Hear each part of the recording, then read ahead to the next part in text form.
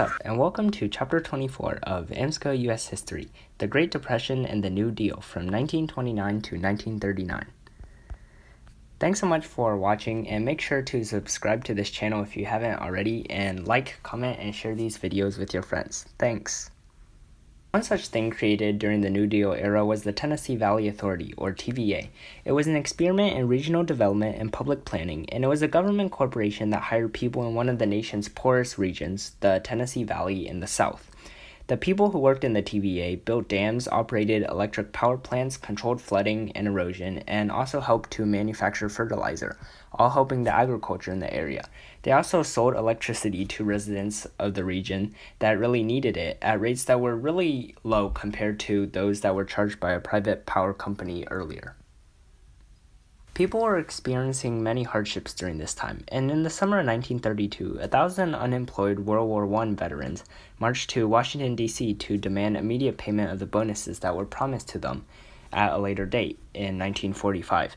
And these veterans brought their wives and their children, and they camped out in shacks near the Capitol. And Congress tried to pass the bonus bill to try to give money to these people who were in need of it, but they ultimately failed. And when 2 veterans were killed in a clash with police, Hoover, the president at the time, ordered the army to break up the encampment. So the general of the army used tanks and tear gas to destroy this town and basically drive the veterans from Washington. The significance of this was that it caused many Americans to regard Hoover and his administration as heartless and uncaring. Just as the recession and eventual depression was starting, in 1930, Hoover signed into law the Hawley-Smoot Tariff, and this tariff was basically the highest in the whole history of the United States. It was passed by the Republican Congress, and it taxed things on foreign imports from 31 to 49%. And European countries really didn't like this, so they instituted their own retaliatory tariffs against U.S. goods that were going overseas. And the effect was to reduce trade for all nations, and this meant that national and international economies sank further into depression because of a lack of trade. Once FDR came into office, though, he decided to institute the National Industry Recovery Act.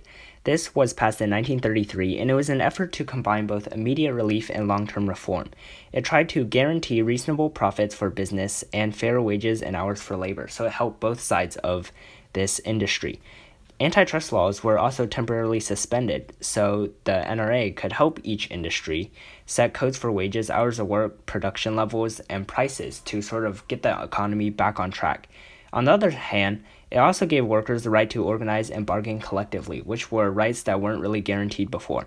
It had limited success for only 2 years before the Supreme Court declared it unconstitutional in Schechter versus the U.S.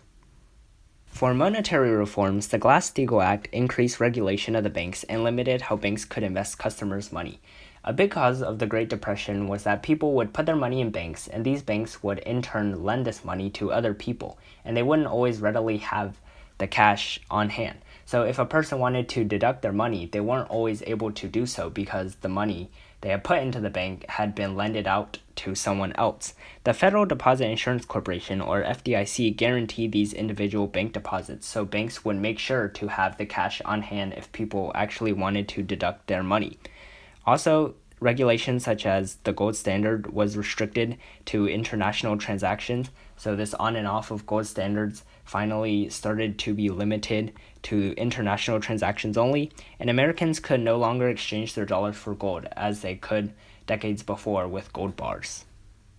For corporations, the Securities and Exchange Commission, or SEC, was created to regulate the stock market and place limits on the speculative practices that had led to the Wall Street crash in 1929.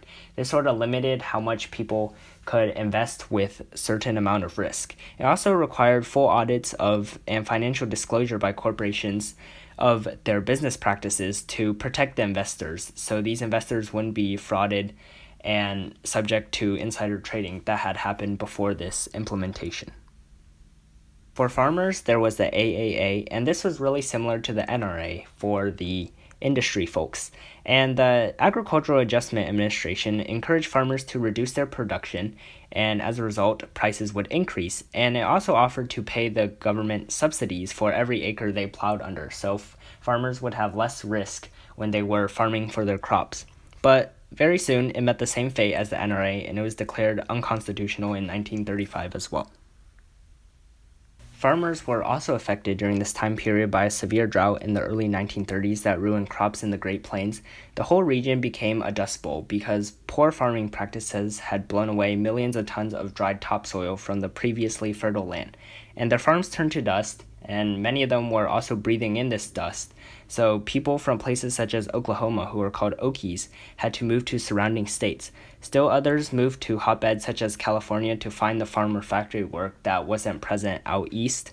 And all of this was detailed in the classic study of economic heartbreak called The Grapes of Wrath, which was written in 1939 by novelist John Steinbeck. FDR created many programs for the New Deal, and one such program was the Civilian Conservation Corps, or the CCC. It employed young men on projects on federal lands to give them work, but also to provide their families with small monthly sums so they could survive. For industry, a major labor law in 1935 replaced the previous provisions by the National Industry Recovery Act that were first instituted to try to help industry rebound.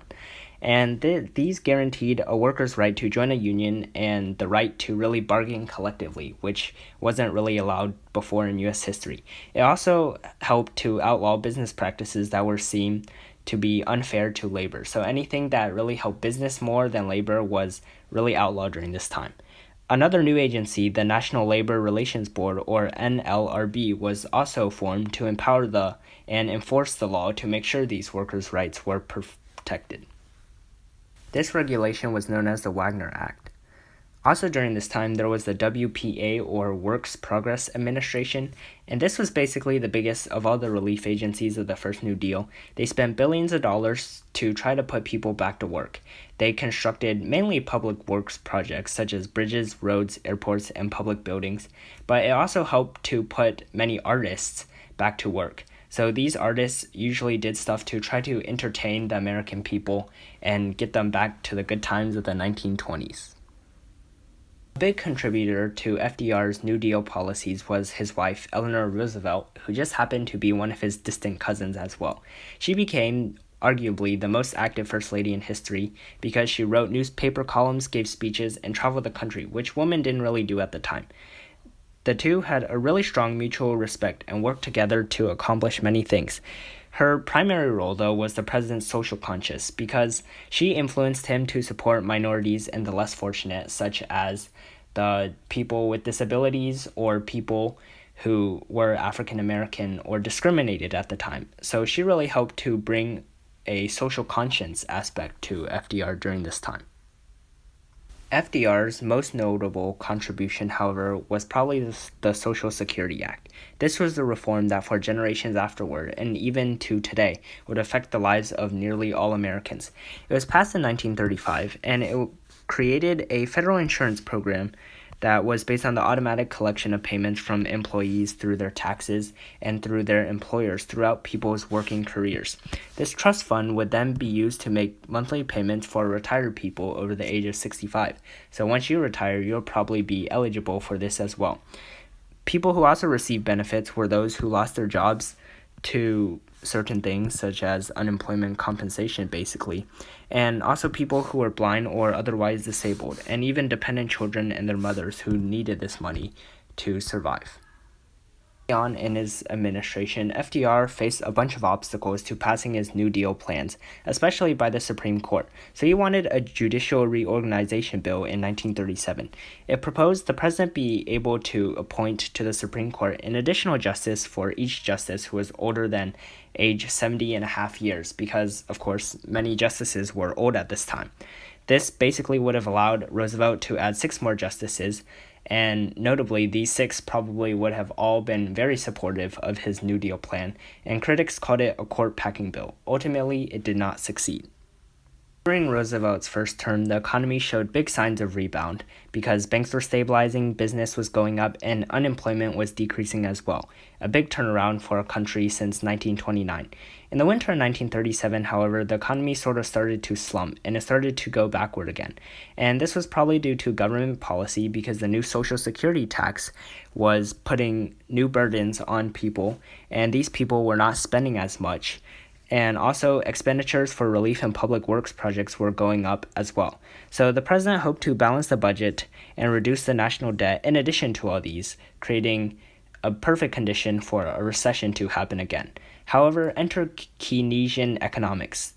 Keynesian economics were the writings of a British economist, John Maynard Keynes, and according to this theory, deficit spending was actually good in difficult times. Deficit spending is basically when you spend more than your budget allows, and it was good because people viewed that government needed to spend more than its tax revenues in order to initiate economic growth and to pump more money into the economy. This deficit spending also seeked to increase investment and create jobs, so his advisors tried this theory and it had positive results. Soon, public works and relief went up, and as did employment and industrial production. As government became more friendly to unions, unions started to grow in size, and tensions and conflicts between rival unions grew in intensity as well as the factory owners. The American Federation of Labor, which was the main labor union at this time, was dominated by skilled white male workers who were organized according to their trade or their crafts. But some people in these unions wanted all workers in an industry, regardless of their race, like if they were African American, or sex, if they were women, to be included into these types of unions. So in 1935, industrial unions joined together to form the Committee of Industrial Organizations, or CIO. And their leader was John L. Lewis, who was the president of the United Mine Workers Union at the time. They eventually broke away from the AF of L and became its chief rival, even. They concentrated mainly on organizing unskilled workers in the automobile, steel, and southern textile industries, usually the lower skilled jobs in the nation at the time. In addition to the New Deal, there were other types of plans that were promoted during this time. One was by the Kingfish from Louisiana, who was really the Senator Huey Long. He was really popular in his own state, and he proposed a Share Our Wealth program. This program was basically like guaranteed welfare. It promised a minimum annual income of $5,000 for every American family to be paid by taxing the super wealthy, so everyone would be guaranteed a certain amount of money. Huey Long challenged Roosevelt's leadership and the Democratic Party by announcing his candidacy for president in 1935. Unfortunately for him and his populist followers, it was abruptly ended when he was killed by an assassin. So this has been Chapter 24 of AMSCO U.S. History, the New Deal, and the Great Depression. Thanks so much for watching, and hope to see you in the next one when we continue the story of America.